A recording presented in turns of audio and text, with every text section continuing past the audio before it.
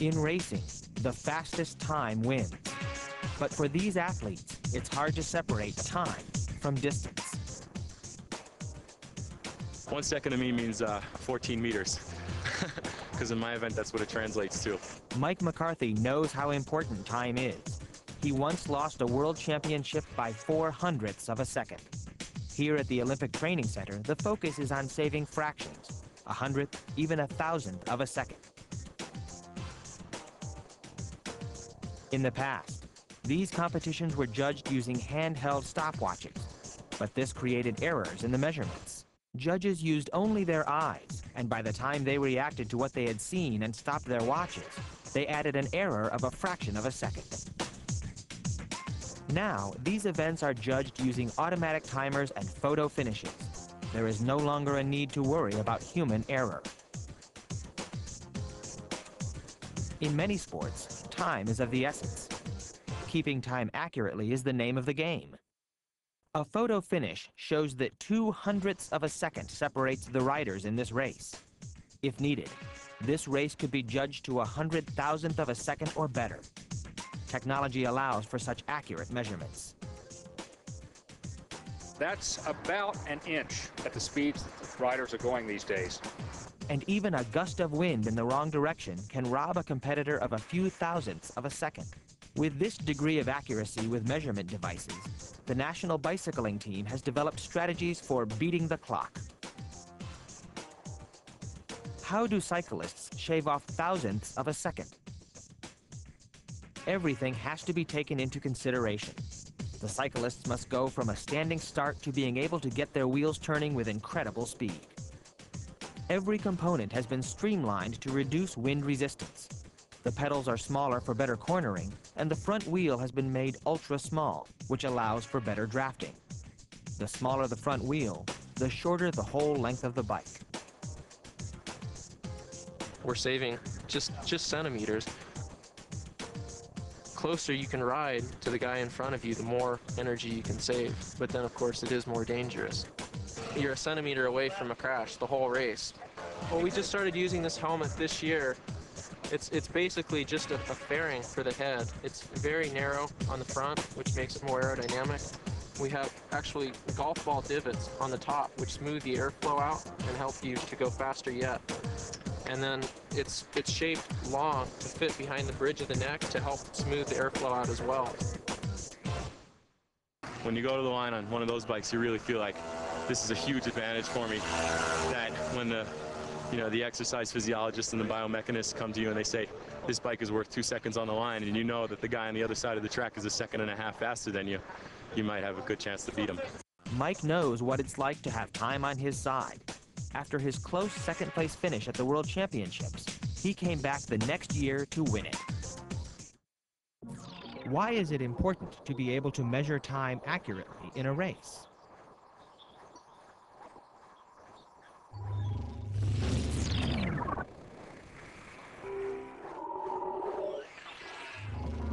As you watch this segment, think about how the ability to make accurate measurements has changed navigation.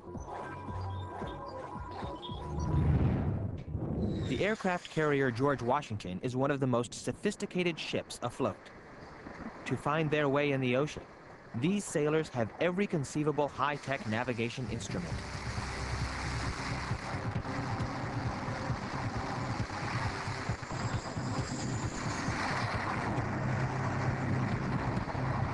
So what in the world are these sailors doing still using the stars to navigate? And why is the key piece of equipment an accurate clock?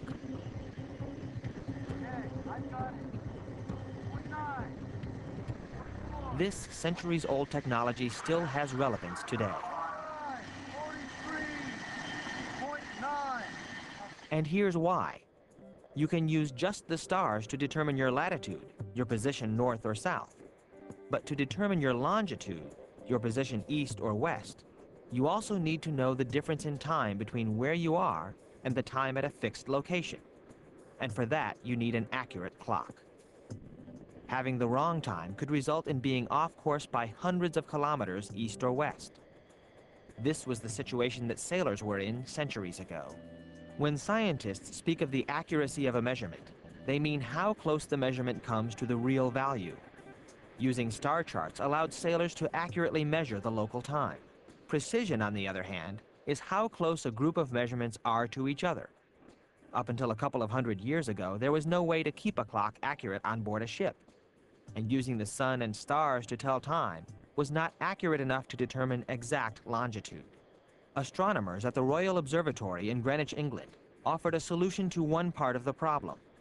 They published an almanac showing the positions of the stars over Greenwich any day of the year, any time of the day. Sailors used a tool called a sextant to measure the distance of a star from the horizon. By comparing their findings to the charts in the almanac, sailors could determine the local time much more accurately. Greenwich also became the fixed location for time measurement, but sailors still needed a way to keep track of that time. We have predetermined stars that we've gone and figured out for to shoot, which is the nebula device. For example, we shoot code shaft. We take the star down to the horizon. The most important thing about using celestial bodies, be it the sun, the stars, the moon, or the planets, is time. Everything is related to time. By using new technologies, the sailors on the George Washington can measure the local time and compare it to the time in Greenwich. But centuries ago, the only clocks that existed were pendulum clocks. They couldn't be used on moving ships because the ship's movement on the ocean disrupted the pendulum's regular movement. A race began for a mechanical clock, or a chronometer, a device that would be able to keep accurate time on the open sea. Jim Michaels, a modern-day watchmaker, explains the history of this device. There was a commission set up in England that would offer a prize of 20,000 pounds, I believe it was, to anyone who could come up with a chronometer that would meet very strict standards. The year was 1714, and the man who stepped up to the challenge was a carpenter named John Harrison. He spent 40 years developing this hairspring mechanism that replaced pendulums. During a final test voyage to the Caribbean, it lost only 7 seconds. Harrison won the 20,000 pounds, which translates to $12 million in today's money. A worthwhile expenditure, according to the navigator of the $3 billion George Washington. The invention of the chronometer was a major step in the technological advancements that helped the navigator of the George Washington do his job. What we're doing right now is setting ourselves into the wind, which we are. We're coming up on speed so we can get the minimum winds over the deck for the heaviest aircraft, which in this case is going to be an A6 tanker.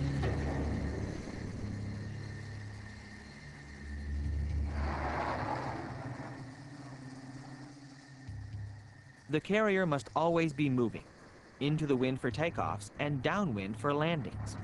With all this turning and maneuvering, it would be easy to get off course.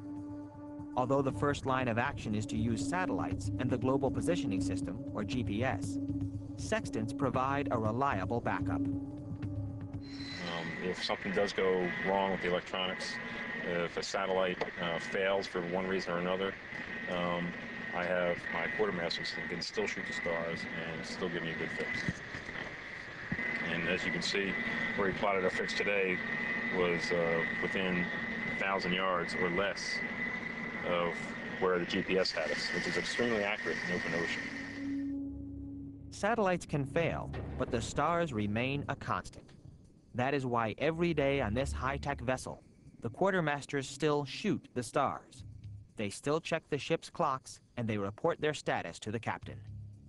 Sir Deck sends his respects and reports the approaching hour of 12 o'clock. All chronometers have been compared. Request permission to strike 8 bells on time. Strike 8 bells on time.